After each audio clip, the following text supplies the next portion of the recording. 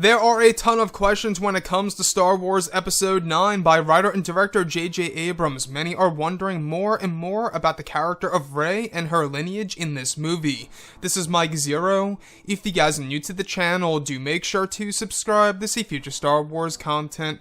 And I believe it is a fair question, a rather big question at that has all to do with exactly who is Rey, where does she really come from, who are her parents, or maybe even who are her grandparents. Now, a lot of people have really been wondering about this character, and they do have concerns about the character of Rey and how she will be used in Episode 9. Now, we do know that J.J. Abrams is going to be taking her in a totally different direction and will be changing significant elements of the character for Rey in this film, and that's one good thing to look forward to.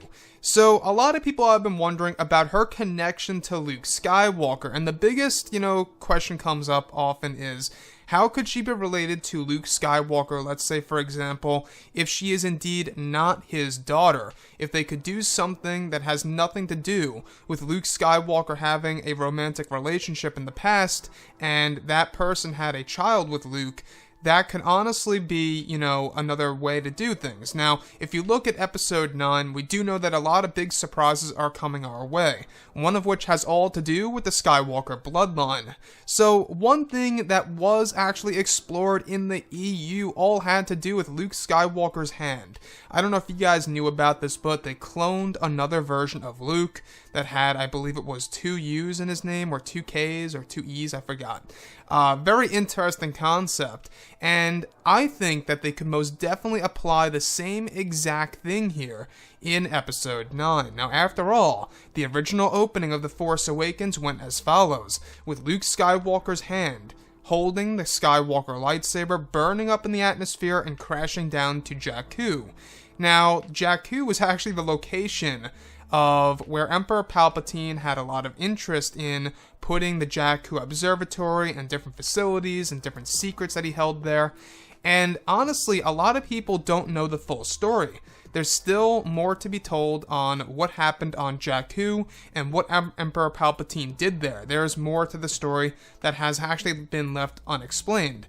So with that being said, I would not be too surprised if Rey could very well be connected to the Skywalker lineage if, let's say, for example, Palpatine cloned her through Luke Skywalker's DNA through the use of his hand. Now, I know it may sound ridiculous to a lot of you guys out there, but it would also make sense in a way. Why else did the Skywalker lightsaber call to Rey in The Force Awakens? I think that's one of the other bigger questions in Episode 7 that was left unanswered. And we do know that J.J. Abrams is going to be answering a ton of questions in this movie that were left unanswered in The Force Awakens, which is also a good thing. So, if she is indeed connected to the Skywalker bloodline, I believe the best way to do things here is, of course, by use of Luke's hand. Now, in the current Disney canon, we know nothing about Luke Skywalker's hand and exactly how the lightsaber was found after it fell down that shaft on Bespin. So, that's the huge mystery, right? How exactly did Maz Kanata get her hands on Luke's lightsaber? Well, we do know that there were original ideas in place in Episode 7, and some ideas are actually transferring over into Episode 9, where Maz Kanata actually saw a fight between the Knights of Ren and a new clan on some planet that were fighting over this relic that once belonged to Luke, and they eventually grab it, and it rolls down a hill, and Maz Kanata gets hold of it and leaves away. So that's one of the ideas in place that were for Episode 7 that are also being put into Episode 9 if it does indeed make the final cut of the movie. Now, with that being said, we do know that Emperor Palpatine is supposedly going to have a part in this film to a certain degree.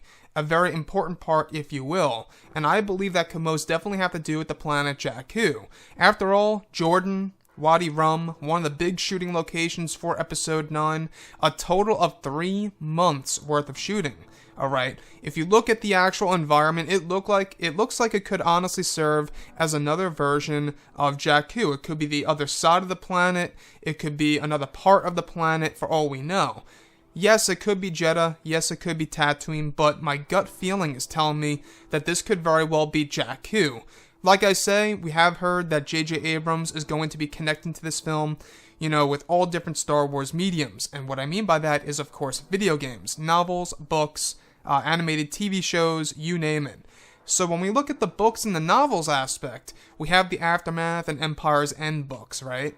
And in those books, we do know that Emperor Palpatine did a lot of experiments on Jakku. Ironically, that is the location of Rey and Rey's parents.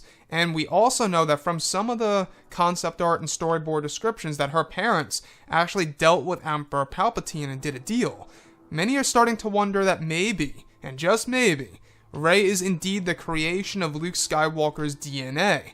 Now that honestly I think would be more acceptable than her being a nobody at best, and would explain her powers and why she's so powerful in the sequel trilogy. Anyways guys, drop a comment below, let me know what you think about all of this in the comments, and if you guys did enjoy the content for today, do make sure to drop a thumbs up on this video to support the channel. I thank you all so very much for the kind support, and I'll catch you guys next time.